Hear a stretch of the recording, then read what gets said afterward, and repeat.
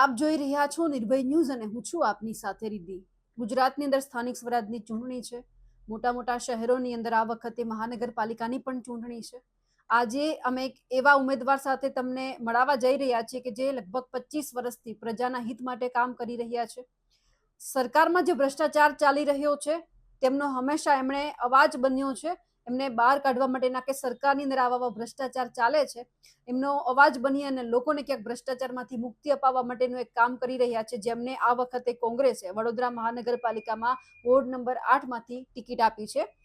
સ્વેજલ વ્યાસ જે અત્યારે મારી સાથે જોડાયેલા છે તેમની સાથે જ સીધી વાતચીત કરી છે। સ્વેજલભાઈ, નિર્ભય ન્યૂઝમાં આપનું સ્વાગત છે। ધન્યવાદ મેડમ। 25 વર્ષથી તમે વાત કરી કે તમે પ્રજાના હિત માટે કામ કરી રહ્યા છો, બરાબર? અમે એ વાત આ વખતે કોંગ્રેસ વડોદરા મહાનગરપાલિકાને જીતવા માટે કેટલી તૈયાર છે? સ્વેજલ વ્યાસ અત્યારે કેવી મહેનત કરી રહ્યા છે? અમારું વડોદરા શહેરને છેલ્લા 25-30 વર્ષથી એક જ સત્તું શાસન છે અને એમાં પણ કંઈક ને કંઈક લેબોરેટરી બનાવી દેવામાં આવી છે। ગુજરાતમાં કોઈ પણ જાતના રાજકીય દાવપેચ કરવા હોય, કાં તો કંઈ સુધારા વધારા કરવા હોય, કાં તો કોઈ પ્રેક્ટિકલી કોઈ એ કરવા હોય, તો એ બધા કાવા દાવા વડોદરા શહેરમાં થાય છે। સંગઠનની દ્રષ્ટિએ તમે જોવા જાઓ, વિકાસની દ્રષ્ટિએ જોવા જાઓ, વિકાસની વાત કરીએ તો સુરત, અમદાવાદ, વડોદરા કરતાં ઘણું આગળ છે। વડોદરા એ બે કરતાં ઘણું પાછળ છે। હું નહીં, મુખ્યમંત્રી જાતે ગુજરાતના કહે છે, અહીંયા આવીને જ કહે છે, લોકોની આંખોમાં આંખો નાખીને કહે છે। ત્યારે એક વડોદરા વાસી તરીકે વડોદરામાં જન્મેલા હોય તો અમને પણ દુઃખ થાય, કારણ કે વેરા ટેક્સ બધું તો અમે જે કહે છે સરકાર એના કરતાં વધારે આપીએ છીએ। અત્યારે અમારી સરકારે કોર્પોરેશન સ્માર્ટ છે કે એડવાન્સ વેરા લઈ લીધા બધાના પાસેથી। 1 વર્ષનો એડવાન્સ અત્યારે એડવાન્સમાં જ ચાલી રહ્યા છે। જે સુવિધા જોઈએ, જે પાયાની વાતો હોય, જે લોકોની જરૂરિયાત હોય, એ છેલ્લા 25-30 વર્ષથી હજુ પણ જે પ્રાથમિક સુવિધા છે એના નામ પર વોટ માંગે છે ભારતીય જનતા પાર્ટી। એટલે કંઈક ને કંઈક લડાઈ એ વાતની છે, ખુલ્લેઆમ ભ્રષ્ટાચાર કરે। ભ્રષ્ટાચારની કોઈ સીમા નહીં। તમે અમદાવાદ જોયું હશે, સુરત જોયું હશે, રાજકોટ જોયું હશે, સ્મશાનના લાકડા અહીંયા જે અંતિમ ક્રિયા હોય છે એ સ્મશાનના લાકડા 8,000 રૂપિયાના કોન્ટ્રાક્ટ પર આપી દીધા છે પ્રત્યેક બોડી દીઠ। આપણે જાતે પણ લાવીએ લાકડા, છાણા, પૂડા તો 1700 રૂપિયાથી વધારે 1 રૂપિયો ના થાય, તેમ છતાં કોન્ટ્રાક્ટરને 8,000 રૂપિયા આપવામાં આવે છે। ખુલ્લેઆમ ભ્રષ્ટાચાર ચાલે। સિસોટી અમારે ફાયર બ્રિગેડની અમારે પૂર આવ્યું તો ફાયર બ્રિગેડના સિસોટીના સામાન લીધા, એક સિસોટી 3200 રૂપિયાના બિલ મૂક્યા છે। 20-30 રૂપિયાની સિસોટી, 3200 રૂપિયાના બિલ, એ પણ લાખો કરોડ રૂપિયા પબ્લિકના ગયા છે। પૂરના સમય પર તમે જોવા જાઓ તો આખું શહેર ડૂબી ગયું હતું, ત્યારબાદ 150 કરોડ રૂપિયા વાપર્યા, એમાંય 50 કરોડનો બહુ મોટો કૌભાંડ કર્યો। અમે એની માટે PIL કરી છે, ઉપર કમિશનર કલેક્ટરને રજૂઆત કરી છે। પૂર આવ્યું, પૂરમાં આખું શહેર ડૂબી ગયું, બોટો નહોતી। જ્યારે અમે તપાસ કરી, મેં તપાસ કરી કે બોટ કઈ છે, કારણ કે નદી, વડોદરા શહેર એકમાત્ર એવું શહેર છે કે 3 બાજુ નદી છે, વચ્ચે નદી છે, આજુબાજુ નદી છે, નર્મદા છે, સિંદરોડ છે અને વચ્ચે વિશ્વામિત્રી છે। તો અમે એની માટે પણ વાત કરી કે આટલું મોટું શહેર પૂર આવે તો કંઈક તો હોવું જોઈએ બનાવેલું। 4 વર્ષ પહેલા એ લોકોએ બોટો લીધેલી છે કરોડો રૂપિયાની, 28થી વધારે બોટ ધૂળ હાલતમાં પડેલા સ્પેરપાર્ટ કાઢીને વેચી દીધેલી હાલતમાં, નવી નક્કોર સ્ક્રેચ પણ નથી પડ્યો ને એવી ધૂળ ખાધેલી હાલતમાં મળી। આખું શહેર 3 દિવસ પાણીમાં ડૂબી રહ્યું, બાળકો, ગરીબો, દરેક વડીલો, લોકોના કરોડો અબજો રૂપિયાનું નુકસાન થયું। બચાવવા માટે કેટલા ડેડ બોડી પણ પડી રહી હતી ધાબા પર 3 દિવસ સુધી, પણ આ તંત્ર જાગ્યું નહીં। આટલો મોટો ભ્રષ્ટાચાર, આટલું લાપરવાહી। કોરોનામાં તમે જોવા જાઓ તો એ બધી બાજુ ચારે ચારું ખોટું ચાલતું હતું। રેમડેસિવિર ઇન્જેક્શન આવતા હતા, એ પણ મેન્યુફેક્ચર જૂનામાં તારીખો મારીને, નવા સ્ટીકરો મારીને વેચીને લોકો ઇન્જેક્શન લે, એ મરી જાય। અમે ચેક કર્યું, મેં કીધું ઇન્જેક્શન લે છે ને મરી જાય છે, ઇન્જેક્શન લે, તો એ કૌભાંડ પણ અમે પકડ્યું, એ પણ અમે કર્યું। તો એક જવાબદારી વર્ષોથી જે નિભાયેલી છે, મને ખબર છે કે આટલું તંત્રમાં આટલું ખોટું જાય છે। રોડ તમે જો 2000 કરોડ રૂપિયાના હમણાં 1 વર્ષમાં વડોદરા શહેરમાં રોડ બનાવ્યા। તમે વડોદરા શહેરમાં હમણાં આવ્યા, તમે જોયું એક રોડ 1 કિલોમીટરમાં ખોદેલો ના હોય તો વડોદરા શહેરનું નામ ખડોદરા પડે જ ના, બધું જ ખોદી નાખ્યું, શહેરનું નામ ખડોદરા પાડી દીધું। તો આ બધી વસ્તુની સામેની લડાઈ દર વખતે ભારતીય જનતા પાર્ટી, આજે અમે પ્રચાર કરવા જઈએ છીએ તો એ લોકોએ સોસાયટીની બહાર રામ ભગવાનના બેનર મારી દીધા કે રામ ભગવાન, અમે રામ ભક્ત છે, કોંગ્રેસે પ્રવેશવું નહીં। કોર્પોરેટર એમના, ધારાસભ્ય એમના, સાંસદ એમના, સોસાયટીના કામ ના થાય તો જવાબદાર કોંગ્રેસ। એટલે આવી રીતે લોકોને મૂર્ખ બનાવે। અને રામ ભગવાનને કોની સામે? અયોધ્યા મંદિર જ્યારે ખુલ્યું, આખા મંદિરનો શણગાર, આખી અયોધ્યા નગરીનો શણગાર, અહીંયાથી 800 કારીગર હું લઈ ગયો, 6 ટ્રક ભરીને ફૂલ હું લઈ આવ્યો, આખું મંદિરનો મેં શણગાર કર્યો, મંદિરની જે ગાદી છે એને મેં મારા હાથથી ચણી. રામ ભગવાનના ગુરુ જે મંદિરના પ્રમુખ છે મારા ગુરુ છે, મારી સામે રામ ભગવાનને આવી રીતે રાજકીય રીતે મૂકવા લાગે તો આ કંઈક રીતે ભારતીય જનતા પાર્ટી અહીંયા બોખલાઈ ગઈ છે. અમે અહીંયા હાર માની લીધી છે. પણ જે વિકાસલક્ષી કાર્યો થવા જોઈએ, એમના જે પ્રોજેક્ટ છે, જે ઇન્ફ્રાસ્ટ્રક્ચર છે, જે રીતનું ફેસિલિટીને સુવિધા હોવી જોઈએ, અમારા વડોદરા શહેરમાં ગુજરાતમાં નંબર 1 છે. વડોદરા શહેર એક્સિડન્ટ બાબતમાં દર 1-2 દિવસે 2-3 જણ મરે છે, દર એક દિવસે 2-3 જણ અથડાઈને મરે, અને આ એક્સિડન્ટ નગરી છે. આ અત્યારે ફરીથી કહું છું, એક્સિડન્ટ નગરી પણ બનાવી દીધું છે. છેલ્લા 6-7-8 વર્ષ 1-2 વર્ષથી તો અઢળક લોકો મરી ગયા છે ખાલી અથડાઈને. ઘરની બહાર નીકળે ક્યારે કોઈ મરી જશે એની કોઈ ગેરંટી નહીં. કોઈ જાતનું પ્લાનિંગ નહીં, ટ્રાફિકના નિયમોનું નહીં, કોઈ જાતના રોડ રસ્તા ટ્રાફિકના નિયમોના નહીં. આટલું બધું એ હોવા છતાં પણ સૌથી વધારે ટ્રાફિકમાં ઇન્કમ જે કરતા હોય મેમોના નામ પર, પાવતીઓના નામ પર, તો ગુજરાતમાં પાછું નંબર 1 વડોદરા છે. કે ફેસિલિટી તો કોઈ જ નહીં, પણ મેમાં ફાળવાના, લોકોને પૈસા ઉઘરાવવાના. સ્માર્ટ મીટરમાં તમે જુઓ કે વડોદરા શહેર જ સૌથી વધારે સ્માર્ટ મીટરમાં નખાય છે ને. અહીંના જ કેટલા બધા મારા જ વિસ્તારના 9 લાખ રૂપિયા બિલ, 8 લાખ રૂપિયા બિલ. કરોડપતિના ઘરમાં પેલું સોલર છે, તેમ છતાં એના ત્યાં સ્માર્ટ મીટર લાગ્યું છે. 200 કે 150 રૂપિયા બાકી હતા ભરવાના, તો રાત્રે 3 વાગે લાઇટ કાપી નાખી. એટલે કઈ રીતનું તંત્ર છે, કઈ રીતની એ છે, સિસ્ટમ કેવું છે, કઈ જવાબદારી નહીં, કોઈ લેવાય તૈયાર નહીં. જેટલા પણ ગેરકાયદેસર કૌભાંડ ચાલે, જેટલા પણ જે ગેરકાયદેસર કોન્ટ્રાક્ટ ચાલે, જેટલા પણ ખોટા ધંધા ચાલે વડોદરા શહેરમાં, જેટલા પણ અડ્ડાઓ બધા ચાલે, બધા Bharatiya Janata party through operate થાય. એટલે કંટાળી ગયા છે. ના છૂટકે કંઈક ને કંઈક સામાજિક ક્ષેત્રે લડીને પણ અમારી એક સીમા હોય, મર્યાદા હોય. કોઈ કશું પણ થાય એટલે અમારા ઘરે 8 થી 9 ક્રાઇમ બ્રાન્ચવાળા આવી જાય. કોઈ પણ ભાજપનો અહીંયા નેતા આવે એટલે અમને ઘરેથી ઉઠાઈ લે. હું તો નહોતો કોંગ્રેસમાં એ ટાઈમ પર, નહોતો ભાજપમાં એ ટાઈમ પર, નહોતો કોઈ પાર્ટીમાં. સામાજિક ગુંડા જાણે આતંકવાદીઓ એવી રીતે પ્રવૃત્તિ અહીંથી ઉચકી જાય ક્રાઇમ બ્રાન્ચમાં, સવારથી સાંજ બેસાડી રાખે. પ્રાઇવેટ લાઈફ, પ્રાઇવેટ જિંદગીમાં પણ અમને તકલીફ પડે. તો આ બધી વસ્તુથી કંટાળીને દર વખતે કંઈક ને કંઈક હોવાને લીધે સહન કર્યું હતું કે ભાઈ અમે યુથ, અમે યંગ છે, અમને ખબર છે કે ખોટું શું છે. ઝેનઝી છે, અમને ખબર છે કે સિસ્ટમમાં કઈ રીતે ખરાબ.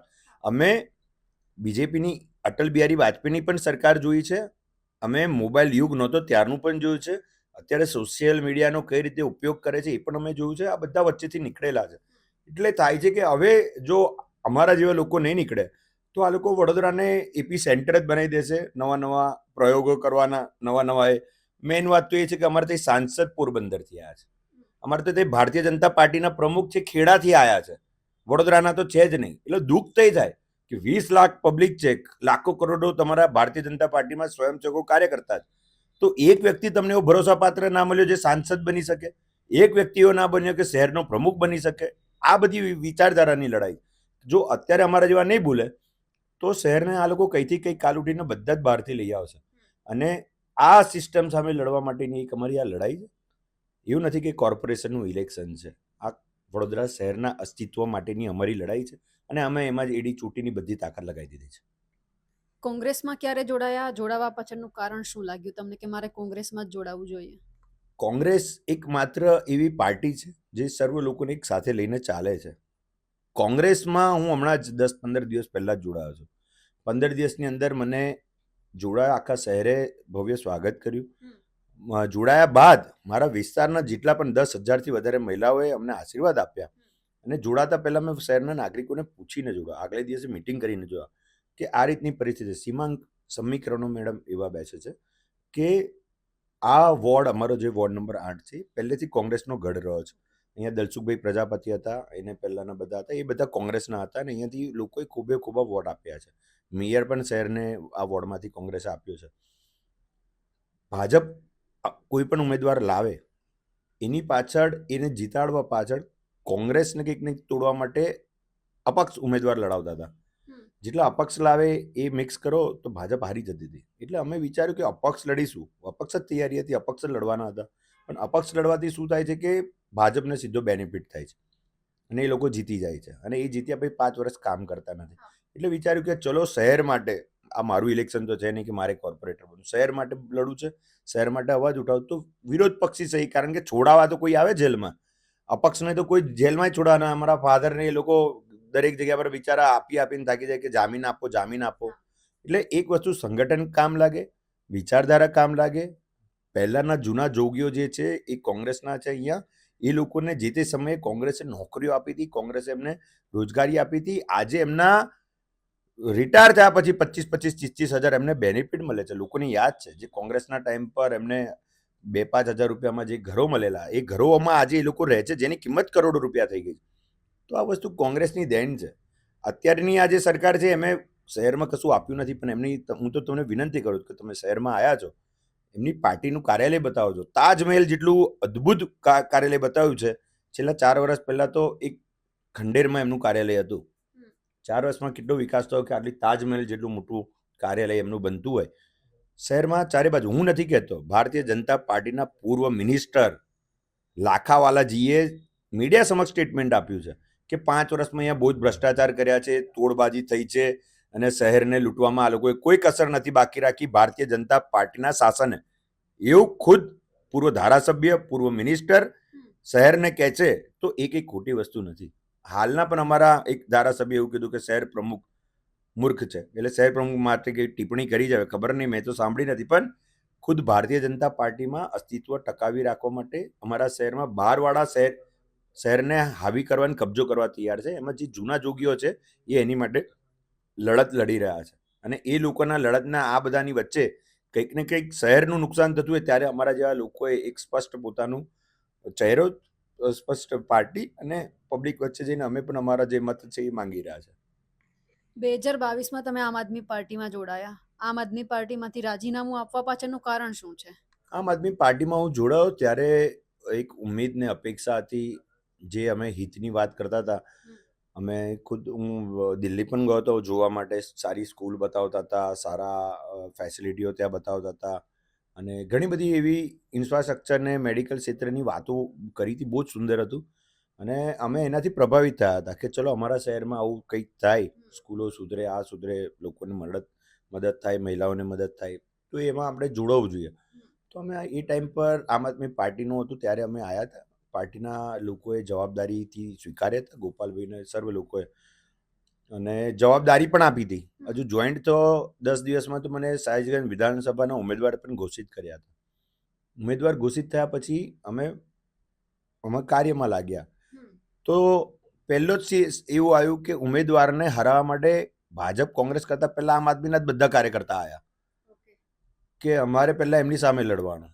એમની સામે લડ્યા. અમે ઉપર પણ રજૂઆત કરી કે સાહેબ આ પાર્ટીના જ લોકો અમને આવું કરે પછી મતલબ શું. પછી એમના જે કાર્યકર્તાઓ હતા કે તમારે મુસ્લિમ વિસ્તારને ટાર્ગેટ કરવાનું, એટલે કે કોંગ્રેસને તોડવાનું. મેં કીધું યાર એવું થોડી હોતું હોય, અમે આવ્યા છે શહેર માટે લડવા, શહેર માટે. એટલે મેં જોયું કે આ કંઈક ને કંઈક બીજું કંઈક થઈ રહ્યું છે. એટલે મેં સીધી જેવું રિઝલ્ટ આવ્યું અને બીજે દિવસે અમે તો રાજીનામું આપી દીધું કે ભાઈ આ ખોટી વસ્તુ છે.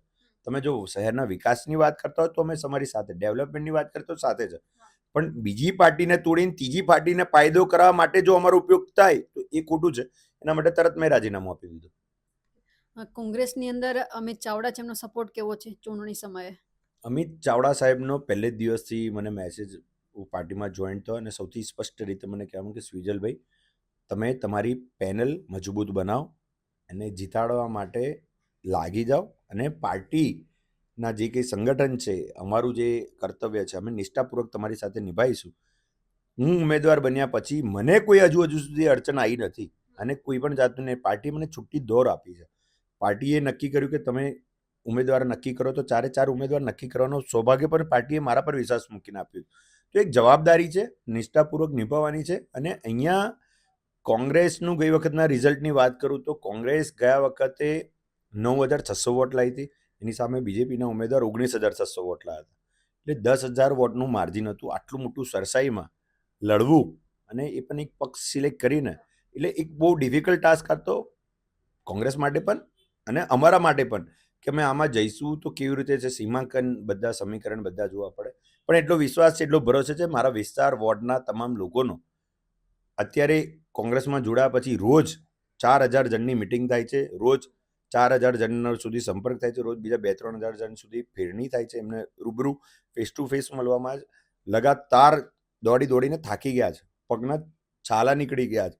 આમ એવું થાય કે સાંજ પડે ને એટલે કોઈક જગ્યાએ આરામ કરવો પડશે, એનર્જીવાળું ખાવાનું ને ડ્રિંક લેવા પડે છે કે શરીરને સાથ આપે. એમાં દરેક જગ્યા પર અંદર વિકાસના જોવા તો લોકોને બહુ ઉમ્મીદ છે, બહુ અપેક્ષા છે કે આ ભાઈ આવશે તો કંઈક બદલાવશે.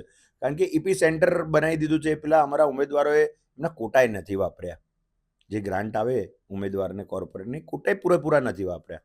એવી પરિસ્થિતિમાં વિસ્તારનો વિકાસ જ્યારે રૂંધાય, અને આ વિસ્તાર તો ધારાસભ્ય જ કોર્પોરેટર હતો અને કોર્પોરેટર જ ધારાસભ્ય બન્યા છે, તેમ છતાં હજુ પણ જેમ કે કોઈ સોસાયટીમાં કામ હોય, પ્યોર બ્લોક કે ગટર નાખવાની હોય, તો ધારાસભ્યની કે સાંસદની 80% આવે, પબ્લિક પાસેથી હજુ જ 20% લેવાય છે. એવું અન્ય જગ્યા પર નથી. કોઈની ગ્રાન્ટ આવે 80%, તો ધારાસભ્યની સાંસદની 80% હોય, ધારાસભ્યની 10% અને 10% કોર્પોરેટરની. વિસ્તારના વિકાસના કામ ફ્રીમાં થઈ જાય. પણ અહીંયા તો કરોડિયા, ઉંડેરા જેવા અમારા ગામ છે જે 5 વર્ષથી કોર્પોરેશનમાં સમાવિષ્ટ કર્યા છે.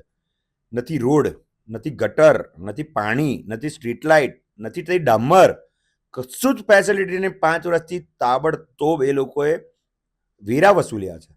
અને હવે જ્યારે ગટરની લાઈન નાખવાની આવે છે ને, તો એવું કહે છે 19,000 હાલો, 10,000 હાલો, 5,000 હાલો, ઉઘરાણી ચાલુ કરી છે. એટલે વિસ્તારના લોકો કંટાળ્યા છે, તાક્યા છે. વેરાઈ ભરવાના અને પછી આ પૈસા આપવાના. અને કૌભાંડો ભાજપના જ કૌભાંડ નીકળ્યા હતા કે ગટરની લાઈન ખેતરોમાં નાખી દીધી, બિલ્ડરને ફાયદો કરાવી દીધો ફ્રીમાં, અને એમાં એમની પાર્ટીના ધારાસભ્યો બધા જ આનો વિરોધ જાહેરમાં કર્યો હતો. તો આ બધી વસ્તુ છે જે શહેરના લોકો જોવે છે, જાણે છે, અને એની સામે લડવા માટે અમારા જેવા લોકો પણ તૈયાર છે કે અમે આનો અવાજ ખુલ્લેઆમ ઉઠાવીશું. અત્યારે જ્યારે પ્રચાર કરવા માટે જાઓ છો, લોકોનો જનપ્રતિસાદ કેવો મળે છે? દરેક ઘરે હું પ્રચાર કરતા પહેલાં મારા વોર્ડ નંબર 8ના 10,000 માતાઓને આશીર્વાદ લીધા હતા. એક આશીર્વાદ યાત્રા કરી હતી, જેમાં 10,000 માતાઓ સાથે અમે જાત્રાનું આયોજન કર્યું હતું. તદુપરાંત વિસ્તારના યુવાનો માટે ક્રિકેટ ટુર્નામેન્ટ હોય. દિવાળીમાં દરેક કાર્યકર્તા સુધીનું અમારું મીઠાઈ, દિવાળીની એ દર વર્ષે અમારું ઇલેક્શન હોય કે ના હોય, આ અમારું રોજિંદુ 25 વર્ષનું અમારું કાર્યશૈલી રહી છે કે કંઈ પણ સામાજિક ક્ષેત્ર હોય, ધાર્મિક ક્ષેત્ર હોય, ગણપતિ ઉત્સવ હોય, એટલે જો વિસ્તારના દરેક ગણપતિ મંડળોને સાથ સહકાર સહયોગ બધી રીતે આપવાનો હોય. અમારું ગણેશ ઉત્સવ સમિતિ પણ અમારી સાથે છે. એટલે લોકોએ વગર કોઈ પાર્ટીમાં જોઈન થતા પહેલાં લોકોએ જોયેલું છે કે આ પાર્ટીના ઉમેદવારો કરતાં સારું કરે છે, મેયર ને સાંસદ ધારાસભ્ય કરતાં સારી રીતે એક્ટિવ છે. હવે એને જ્યારે પાર્ટીમાં કન્વર્ટ થયું છે, તો લોકોનો પ્રતિસાદ વધી ગયો છે. મારો છોડો ભારતીય જનતા પાર્ટીના ઘણા બધા કાર્યકર્તાઓ, જૂના કાર્યકર્તાઓ પણ મને જીતાડવા માટે મેદાનમાં ઉતરી ગયા છે. એ લોકો ગલીઓ ગલીએ જાય છે, બધી જ જગ્યાએ થાય છે. જે ઉમેદવાર છે એના ચહેરા પર પણ અત્યારે હાર દેખાઈ ગઈ છે. એ પણ એક બે જગ્યા પર જરા કહેવા જાય છે. તદુપરાંત મારા જે ગુરુ હોય એમને મનાવવા જાય કે તમે સ્વિઝરને હરાવવા માટે મેદાનમાં આવો. એટલે એ રીતનો માહોલ થઈ ગયો છે. એમે હાર સ્વીકારી લીધી છે અને હાર થવાની જ છે અને હાર થશે જ, કારણ કે કાર્ય કર્યા નથી. જો કાર્ય કરતા હોત તો એમને અત્યારે રામ ભગવાનની જરૂર ના પડત. કાર્ય કરતા હોત તો એમને આવા બેનરો મારવાની જરૂર ના પડત. કાર્ય કરતા હોત તો એમે ધારાસભ્ય પોતાના જે વિધાનસભામાં આવતી 4 કોર્પોરેશન છે, 4 વોર્ડ છે, એ 4 વોર્ડ છોડી દીધા છે. ફક્ત મારા વોર્ડમાં ફોકસ છે 8 નંબર પર. 1 નંબરમાં જતા નથી. તે વર્ષોથી કોંગ્રેસની જ પેનલ છે, અમારી જ પેનલ છે. ત્યાં વર્ષોથી કોંગ્રેસ જ જીતે છે, 4 ઉમેદવાર. તઈ જવાનું ટાળી દીધું, બંધ કરી દીધું, કારણ કે હાર માની ગયા છે કે તઈ તો જીતવાના નથી. 9 નંબર છે મારા ગુરુ છે, એમનો જ છે, અને એમને ગતિ સ્વીકારી દીધી. એમના ઘરે ટિકિટ આપવી જ પડે છે. છેલ્લા 4-5 વર્ષથી એમને ટિકિટ આપે જ છે. એટલે 4-5 ટર્મથી 10-20 વર્ષથી ત્યાં એમનું કંઈ ઉપજતું નથી. એ ધારાસભ્યનું હવે એક જ કર્તવ્ય છે કે જો 8 નંબરની સીટમાં સુહેલ જીતે છે તો એમનો ગરબો ઘેર જાય છે. એટલે સવારથી સાંજ આવી જાય, અમે જ્યાં મિટિંગ કરે ત્યાંના લોકોને ફોન કરે, ધમકાવે, બોલાવે, દાદાગીરી, સત્તાનો દુરુપયોગ કરે અને એમને કંઈક ને કંઈક ધમકાવવાનું, આ જ કરવાનું. 2-4 દિવસથી એવી રીતે પાછળ પડી ગયા. તદુપરાંત મીડિયામાં એવું કહે છે કે સ્વિઝરલે કેટલા રોડ બનાવ્યા, સ્વિઝરલે કેટલી ગટર બનાવી, સ્વિઝરલે કેટલા પ્યોર બ્લોક નાખ્યા, સ્વિઝરલે કેટલા આયુષ્માન કાર્ડ બનાવ્યા. ધારાસભ્યનો લેવલનો વ્યક્તિ જો આટલો ભણેલો ગણેલો હોત તો એને એટલું તો હોત દિમાગમાં, કેટલું તો થોડી બુદ્ધિ ચાલતી હોત કે આ વ્યક્તિ ચૂંટાયેલો પ્રતિનિધિ છે નહીં, કોઈ સત્તામાં છે નહીં, તો રોડ કેવી રીતે બનાવી શકે? સામાન્ય વ્યક્તિ હોય એ રોડ કેમ ન બનાવે? પ્યોર બ્લોક હું કમ ન નાખી શકું? હું કેવી રીતે નાખી શકું? મારી પાસે કોટા ના હોય, સરકાર ના હોય, ગ્રાન્ટ ના હોય, ફાળવણી ના હોય, પણ આ લોકોને મૂર્ખ બનાવવા અને વાતને બીજી જગ્યાએ લઈ જવા, દિશાહીને લઈ જવા. ધારાસભ્ય જાહેરમાં એવું કહે કે આ ઉમેદવાર વોર્ડ નંબર 8માં નથી. એકચ્યુઅલી આ વર્ષો જૂનો 8 નંબરનો વોર્ડ. ગઈ વખતે અહીંયા મહેનત અમે એટલી કરી કે અહીંયા હારની બીક દેખાઈ તો અમે અમારો ગોરવાવાળો ભાગ કાપીને અટલાદરામાં નાખી દીધો છે. બીજી દિશામાં, પશ્ચિમ વિસ્તારનો ભાગ કાપીને એમણે દક્ષિણ દિશામાં નાખી દીધો, ખાલી આટલો જ ભાગ. હવે એ 8 નંબરમાં અમે કર્મભૂમિ, અમે 25 વર્ષથી અહીં કામ કર્યું અને એ 8 નંબરમાં અમે ઇલેક્શન લડીએ છીએ. 2 સોસાયટી આમ, તો કે તમે વોર્ડના નથી. ખુદ ધારાસભ્ય નહીં, ભારતીય જનતા પાર્ટી, મેં કીધું ને, સાંસદ બહારના, ભારતીય જનતા પાર્ટી પ્રમુખ બહારના, જેટલા પણ ધારાસભ્ય છે ને એમાંથી એક ધારાસભ્ય છોડીને બધા બીજી વિધાનસભામાં રહે છે અને લડે છે બીજી વિધાનસભામાં. અહીંયા કેટલા બધા કોર્પોરેટરો 25 થી 30 વધારે છે જે લડે છે બીજી વિધાનસભામાં, છે બીજી વિધાનસભાના. મને એવું કે છે આ ધારાસભ્ય કે તમે કોંગ્રેસમાં જઈને હવે ટોપી પહેરશો. તો ભાઈ તમને એલર્જી હોય ટોપીની કે એની, તો તમારી પાર્ટીએ લઘુમતીના તો 19 થી વધારે ઉમેદવારો ઉતાર્યા છે. તો તમે ત્યાં બોલો ને, તો એ 19 ઉમેદવારને પણ ખબર પડે કે પાર્ટીમાં આવું ઝેર ભેળી રહ્યા છે. હવે વિસ્તારમાં મુસ્લિમ વિસ્તારો હોય, વિસ્તારના લોકો હોય, હું ચૂંટણી કંઈ એવું થોડી છે કે આ પર્ટિક્યુલર વિસ્તાર, આખા વિસ્તારમાં દરેક લોકોનો વિકાસ થવો જોઈએ. વિરાટ ટેક્સ વળતર તો બધા ભરે છે, એમને એમની ફેસિલિટી મળવી જોઈએ. તો કે તમારે મુસ્લિમના, એટલે એ લોકો નક્કી કરે કે અમારે શું કરવાનું. આ બધી વસ્તુ અમે સમજી ગયા છે અને એ બગવાઈ ગયા છે. આજે ધારાસભ્યની માનસિક સંતુલન બગડી ગયું છે. વિસ્તારમાં દરેક જગ્યા પર દરેક લોકોને ધમકાના, આ કરવાનું, તે કરવાનું. કોંગ્રેસના જૂના અમુક લોકો છે જે કોંગ્રેસથી થયા છે, એમને હવે ફંડિંગ આપીને મિટિંગો કરવાનું ચાલુ કર્યું છે. એટલે પાર્ટીમાં પણ આ વસ્તુની નોંધ ગઈ છે, એ વસ્તુની પણ એ થઈ છે અને પૈસાના જોર પર હવે લડવા આવે છે. પરંતુ મારો જે વિસ્તાર છે, બધા લોકોએ આશીર્વાદ આપ્યા છે. અમે રોજ 4-5 હજાર લોકોને મળીએ છીએ, મિટિંગ કરીએ છીએ, એમની સાથે ચર્ચા કરીએ છીએ. વિશ્વાસ, ભરોસો વધી ગયો છે. અને જે બીજો કેન્ડિડેટ છે, જે મેં ભારતીય જનતા પાર્ટીને ટિકિટ આપી છે, કેતન પટેલ નામના, એ જ પોતે બીજી પાર્ટીમાંથી આવેલા છે, એ જ હજુ 1.5 વર્ષ પહેલા ભાજપમાં આવેલા છે અને એને ટિકિટ આપી છે. એટલે તો આખું ભાજપ નારાજ છે, ભાજપના દરેક સંગઠનના લોકો નારાજ છે, જૂના જોગીઓ નારાજ છે કે અમે 25-30 વર્ષથી અહીંયા મહેનત કરીએ, 25-30 વર્ષથી અમે ગુજરાત આ વોર્ડ નંબર 8 જે કોંગ્રેસનો ગઢ હતો એને હટાવીએ, અને એવા સંજોગોમાં તમે આવી રીતે બહારથી આયાથી લઈ આવો તો કેટલું વ્યાજબી. એટલે આ બધા સમીકરણો વિચાર્યા વગર અમારા આ ધારાસભ્ય છે ને, જરા જે દિવસે હું તમને કહી દઉં, વડોદરામાં ભારતીય જનતા પાર્ટીનું સૌથી વધારે જ્યારે નુકસાન થશે ને, તો એનો જવાબદાર આ જ ધારાસભ્ય હશે. એવું હું નહીં, આખું વડોદરા શહેરના તમામ નેતાઓ બધા જ જાણે છે કે એક વ્યક્તિત્વ જ અલગ છે. એમને ખબર નહીં કઈ જાતની ખુમારી છે, કઈ જાતનું એ છે. સારા કાર્યકરો અમે આવકારીએ છીએ, અમે જેટલાય સારા કાર્ય કર્યા છે અમે જાહેરમાં આવકાર્યા છે. અમે એવું નથી કે ખોટા કામ. હું આજની તારીખમાં પહેલાંય મારી વિચારધારા હતી, પહેલાંય જાહેર મંચ પર કહેતો હતો, અત્યારે આપની ન્યૂઝ ચેનલના માધ્યમથી પણ કહું છું, ભલે આ કોંગ્રેસનો ખેસ પહેર્યો છે, દરેક જગ્યા પર, દરેક પોલિટિકલ પાર્ટીમાં, દરેક સમાજમાં, દરેક ધર્મમાં, દરેક સોસાયટીમાં, દરેક શહેરમાં સારા લોકો છે ને ખરાબ લોકો છે. શહેરને સારા લોકોની જરૂર છે, ભાજપમાંય સારા લોકો છે, કોંગ્રેસમાંય સારા લોકો છે, બધી પોલિટિકલ પાર્ટીમાં સારા લોકો છે. પણ સારા લોકોને લાવો ને, સારા લોકોને શહેરની જરૂર. આજે મેયર તમે ગયા વખતે પિંકીબેન આપ્યા, પૂર આવ્યું, બધું આવ્યું, મેડમ ભાગી ગયા, બોલે ના, માઇક સામે ના બોલે, શહેર માટે ના બોલે, શહેર મુસીબતમાં, શહેર આફતમાં, શહેરનું પ્રથમ નાગરિકની જ્યારે શહેરને જરૂર, ગાયબ. તો આ બધી વસ્તુ શહેરે નોંધ તો લે કે ના લે? અને એના માટે અમે બોલીએ એટલે અમે ગુનેગાર, અમારે બોલવાનું નહીં. અમે આ બોટો પકડી તો ફાયર બ્રિગેડના સ્ટેશનમાં મૂકી દીધી, તો અમે સ્ટેશનની અંદર જઈને વિડીયો ઉતારેલા, તો અમારા પર કેસ કર્યો કે તમે અંદર જઈને સરકારી જગ્યા પર જઈને વિડીયો કેમ ના ઉતારો. એટલે અમારે કૌભાંડે નહીં પકડવાના, કૌભાંડ પકડો એટલે તોય અમે ગુનેગાર. એ તો ચલો, અત્યારે જે કોંગ્રેસના ઉમેદવારો છે જે લોકતંત્ર રીતે લડી રહ્યા હતા, એમને પણ દબાઈ, દાગ, ધમકી, સત્તાનો દુરુપયોગ કરી બેસાડવા માટેના બધા પ્રયત્ન કરી લીધા, પાડી દીધા. 2-3 જણને વિકેટ પણ એ લોકોએ પાડી દીધી, 2-3 જણને બેસાડી પણ દીધા. મને પણ પ્રયત્ન કર્યા, મારા સાથી કાઉન્સિલરને. અમે લોકો લડ્યા, લોકતંત્ર છે, લડો, લડીને જીતો, જીતીને તમે જે વાત છે રજૂઆત કરો અને મૂકો, પણ એમાં નહીં. એટલે આ લોકો કંઈક ને કંઈક ભગવાઈ ગયા છે. એમાં ખાસ કરીને ભારતીય જનતા પાર્ટી, આ મુદ્દો બહુ જ ઇમ્પોર્ટન્ટ છે. ભારતીય જનતા પાર્ટી એક બહુ જ મોટું રેકેટ આખા ગુજરાતમાં ચલાવ્યું છે. ઇલેક્શન થાય છે બેન, અત્યારે જેટલા પણ છે એમાં રિઝર્વેશન આપી દીધું છે કે ઓબીસી આટલા ટકા, SC ST આટલા ટકા, આ બધું આટલા ટકા, બરાબર. એમાં જનરલ તો હવે માંડ, જે પહેલા હતું એના કરતાં હવે માંડ એ થઈ ગયા છે કે જે ચલો જનરલ સીટ હોય કે એમાં. આજે મારા વોર્ડ નંબર 8ની વાત કરું, SC સીટ પુરુષની છે, જનરલ સીટ મારી છે, જનરલ સીટ એક મહિલાની છે અને ઓબીસી મહિલાની છે. 4 સીટો છે, 4 ઉમેદવાર.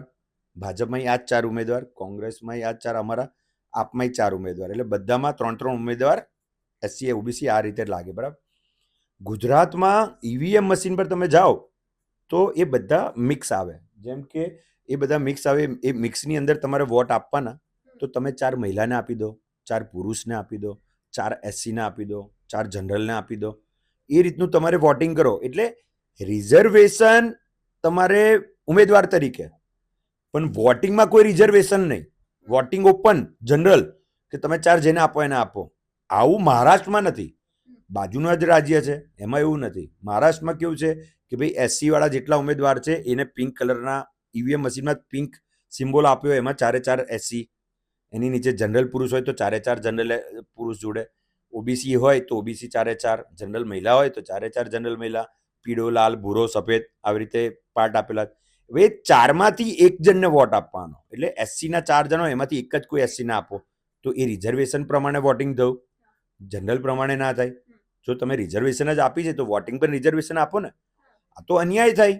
4 મહિલાને આપી દો, 4 પુરુષને આપી દો, 4 એસસીને આપી દો, તો જનરલ વાળા તો ઓલરેડી પસ્તાય છે, ઓલરેડી અમારી એક જ સીટ રહી ગઈ છે. અને એમાંય અમને જો આ રીતનું પદ્ધતિ કરે તો જનરલ તો પાછું થતું રહે. આ આખું બહુ મોટું રેકેટ છે, ભાજપને જીતાડવા માટેનું જ આ તરકટ છે. જો મહારાષ્ટ્રમાં થતું હોય આ રીતની ઇલેક્શન ચૂંટણી પંચ, તો ચૂંટણી પંચ એ ગુજરાતમાં કેમ ના કરી શકે? આના માટે પણ અમે અવાજ ઉઠાવ્યો, પણ સરકાર કોઈ કરવા તૈયાર નહીં. કારણ કે એવું થાય તો ભાજપનો આખો ગરબો ઘેર જતો રહે. એસસી પછી તો વ્યક્તિગત વોટ આવે ને, એસસીનો સારો ઉમેદવાર કોણ છે, કાં તો જનરલનો સારો ઉમેદવાર કોણ છે. પણ આવું ના કરવા અને કંઈક ને કંઈક ભાજપનો કોર્પોરેટ ઇલેક્શનનો દુરુપયોગ કરવા, આ સરકાર જે કરી રહી છે એનો પણ અમારો વિરોધ છે. એની માટે પણ અમે અવાજ ઉઠાવીએ. તો દરેક વસ્તુની બારીકીથી ઊંડાઈપૂર્વક જાંચ કરીને એની સામે લડીએ છીએ, એની સામે અવાજ ઉઠાવીએ. અને એ જરૂરી છે. જો અમારા જેવા યંગસ્ટર આજના ટાઈમ પર આ બધું વસ્તુ નહીં શીખે તો કાલે આવનાર ઉઠેલી જે પેઢી છે એને આ ગુલામીની આ જ દિશામાં લઈ જશે. પહેલાના જમાનામાં ઇલેક્શન થતા હતા, ઇલેક્શન ફોર્મ ભરો, પછી ચૂંટણીનો તારીખ હોય, એમાં 1.5 મહિનાનો સમય મળતો હતો. આજની તારીખમાં, અને પહેલા વોર્ડ નાના હતા, આજની તારીખમાં વોર્ડ વિધાનસભા જેટલા મોટા કરી દીધા છે. 72,000 80,000 લોકોનો સમાવેશ થઈને 66-70 બૂથ બનાવીને એનું વોટિંગ થાય છે, અને એનો એક વોર્ડ બને છે, જેની અંદર 1200 સોસાયટી આવે છે. એક વોર્ડની અંદર દિવસ આપ્યા છે 8 દિવસમાં તમારે 1200 સોસાયટીમાં જવાનું. એમાંય ઉનાળો, એટલે સાંજે તમને 5 વાગ્યાથી 10 વાગ્યા સુધીનો ટાઈમ મળે. એટલે ગણતરીના 8 દિવસને 5 થી 10 એટલે 10 કલાક ગણો તોય તમને 80-90 કલાકમાં તમારે 70,000 લોકો સુધી પહોંચવાનું. એ ના થાય એની માટે ભારતીય જનતા પાર્ટી આ બધા ઇલેક્શન શાખાનો પણ દુરુપયોગ કરી રહી છે. તમે ફેર રીતે કરો ને ઇલેક્શન, જે સમય મર્યાદા છે એ રીતે રાખો, જેટલો મોટો વિધાનસભા આપો, જેટલો મોટો કાર્યક્ષેત્ર આપો છો તો એને એ રીતે ટાઈમ મર્યાદા આપો. પણ નહીં, આ કંઈક ને કંઈક ભાજપનો હિત થાય, ભાજપ કઈ રીતે જીતે, સીમાંકન કઈ રીતે પડે, એમનો સીધો ફાયદો કઈ થાય, વોટનું વિભાજન કંઈક થાય, સામેવાળાને સમય ના મળે, સામેવાળો બહાર નીકળી ના શકે. અત્યારે અમે જેટલાય લોકો, કાલે મારી પાસે ક્રાઇમ બ્રાન્ચ વાળા સવારથી સાંજે અહીંયા જ બેઠા હતા, આ જ જગ્યા પર, આ જ ખુરશી પર અહીંયા બેઠા હતા. એટલે અમે કંઈક કરવા જઈએ એની પહેલા પોલીસને ધમકી, એમનો હોમ મિનિસ્ટર સવારથી સાંજે અહીંયા આવી જાય, ધમકાવે, પણ અમે લડી લેવાના મૂડમાં છે. મારા વોર્ડના હજારો પબ્લિક લડી લેવાના મૂડમાં છે. 28 તારીખે રિઝલ્ટ આ લોકોએ વિચાર્યું ને એના કરતાં અલગ આવવાનું છે. સંપૂર્ણ રીતે મારી વોર્ડ નંબર 8ના આખી પેનલ જીતવાની છે. આ લોકો અત્યારે જે કંઈ વિચારતા હોય કે આ છે, પણ સમીકરણો બદલાઈ ગયા છે, લોકોની વિચારધારા બદલી છે, લોકો સુધી આ સચ્ચાઈ અમે મૂકી છે કે આ વસ્તુ થઈ રહી છે, અને એને રોકવા માટે જ કંઈક ને કંઈક અમારા પ્રયત્ન રહેશે. આ ઇલેક્શનમાં તમારા ગુરુને તમારાથી બીક છે કંઈ? મારા ગુરુને મારાથી બીક નથી, પણ ગુરુને મારી સામે ઉતારવા માટે ભાજપને બીક છે. જો ધારાસભ્ય મને મારી સામે મારા ગુરુને ઉતારતા હોય તો સૌથી પહેલા ધારાસભ્યએ પોતાના પદ પરથી રાજીનામું આપી દેવું જોઈએ. કારણ કે એમાં એવું થઈ જાય કે મારો જ ગુરુ એ ધારાસભ્ય જેટલો હકદાર છે કે એનાથી એક એક કોર્પોરેશન સચવાતી નથી, જેમાંથી પોતે કોર્પોરેટર છે એ સચવાતી નથી, ત્યારે એને મારા ગુરુની યાદ આવી. હવે ગુરુ તો જો ગુરુ ચેલા વચ્ચેનું અત્યારનું તો આ છે નહીં, યુગોથી ચાલતું આવ્યું છે કે ગુરુ કરતાં ચેલો આગળ પડતો જ હોય અને સર્વાયો. અને એમાં એવું છે, ગુરુ છે તો એ ભાજપમાં છે, ગમે તે હોય, ગુરુ છે તો છે, સ્વીકારવાની તાકાત છે, બોલવાની તાકાત છે, વિરોધમાં ઉતરે છે એવું નથી. વિધાનસભા વખતે મારી સામે જ હતા, હું આપમાંથી લડતો તો એ ભાજપમાંથી લડતા, મારા ઘરની બહાર જ સભા રાખેલી, અને અમારા શાબ્દિક યુદ્ધ પણ થયું હતું, બોલાચાલી પણ થઈ હતી. તો આ બધું તો પાર્ટ ઓફ ઇલેક્શન છે. 28 તારીખ પછી કોઈ ગુરુ, કોઈ ચેલા કે આવું તેવું હોતું નથી. ઇલેક્શન રિઝલ્ટ આવ્યા પછી કોઈ મનભેદ કે દુઃખ પણ નથી હોતું. દરેક પોલિટિકલ પાર્ટીના લોકો ભેગા થઈને શહેરનો વિકાસ કરે એ જ જરૂરી છે. આજે જેટલાય ચૂંટેલા પ્રતિનિધિ છે, મેં ફોર્મ ભરતા પહેલાં મારી સાથે ભાજપના 4 ઉમેદવારો બેઠા હતા. મેં એમને એક સ્પષ્ટ કીધું, મેં કીધું આપણે બધા એવું કરવું, મારી ઈચ્છા એવી છે કે ગુજરાતમાં કોઈ દિવસ કોઈએ ના કર્યું એવું આપણે કરીએ. તમે 4, અમે 4, આપણે જોડે જ બધી સોસાયટીમાં જઈએ ને એક જ મંચ પરથી તમે તમારા કામ કહો, અમે અમારા કામ કરીએ અને પબ્લિક નક્કી કરે. અમેરિકામાં એવું થાય છે, એક જ જગ્યા પર જઈને એક જ જગ્યા પર તમે તમારી રજૂઆત કરો, હું મારી રજૂઆત કરું, પબ્લિક નક્કી કરે. તો હસવા લાગ્યા. આવું થોડી હતું એ કે. એટલે બદલવું નથી. જો આ સિસ્ટમ બદલશો, તમે આવી વિચારધારા લઈને આવશો તો પબ્લિક પણ અવેરનેસ થશે. આજે ખર્ચો એ પણ કરે, ખર્ચો હું પણ કરું. આજે એ પણ દોડે, હું પણ દોડું. લોકો પણ કન્ફ્યુઝ કે આજે આમને ટાઈમ આપીએ, આજે આમને ટાઈમ, આજે અમને બોલાવીએ તો અમને ખોટું લાગે. જ્યાં ભાજપને ના બોલાવે ત્યાં એમને અમે લઈ જઈએ, જ્યાં અમને કોઈ ના બોલાવે ત્યાં ભાજપ લઈ જાય.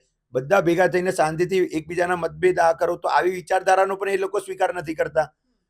તો આ વસ્તુ સિસ્ટમને બદલવાના પ્રયત્ન છે. અને જે રિઝલ્ટ આવશે ત્યાર પછી હું તમને સ્પેશિયલ બોલાવીશ કે તમે આવો, થોડો સમય મને જોઈશે જે વિસ્તારમાં કામ કરવા માટે.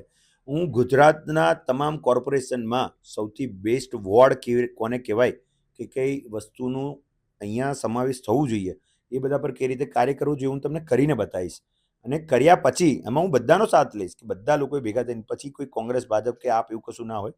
શહેરનો જો વિકાસ કરવો હોય તો બધાએ ભેગા થઈને કરવો પડે. અને એમાં હું માનું છું, ભલે રાષ્ટ્રીય પાર્ટીમાં છું, પણ મને મારું શહેર મારા પરિવાર કરતાં પણ મને વહાલું છે. કે અહીંયા જન્મ્યો છું અને અહીંયા કોઈક આજ નહીં તો કાલે જવાનું છે, પણ જતાં પહેલાં શહેરને શું આપીએ છીએ એ જરૂરી છે. અને એની માટે જ અત્યારે ઇલેક્શન લડીએ છીએ અને જોઈએ ઉપરવાળા શું કરે છે. બિલકુલ, આપ અમારી સાથે જોડાયા, આપનો ખૂબ ખૂબ આભાર. Thank you ma'am. તો જે રીતે સ્વેજલભાઈએ વાત કરી છે, હવે જોવાનું છે કે જનતા એમના ઉપર કેટલો ભરોસો રાખે છે. થોડાક દિવસમાં ખબર પડી જશે કે જનતાને શું જોઈએ છે. એમણે જે વાત કરી તેમને લઈ આપ શું માનો છો, કમેન્ટ કરીને ચોક્કસથી જણાવજો. સાથે જ અમારી નિર્ભય ન્યૂઝ ચેનલને લાઇક, શેર અને સબસ્ક્રાઇબ કરવાનું ભૂલશો નહીં. નમસ્કાર.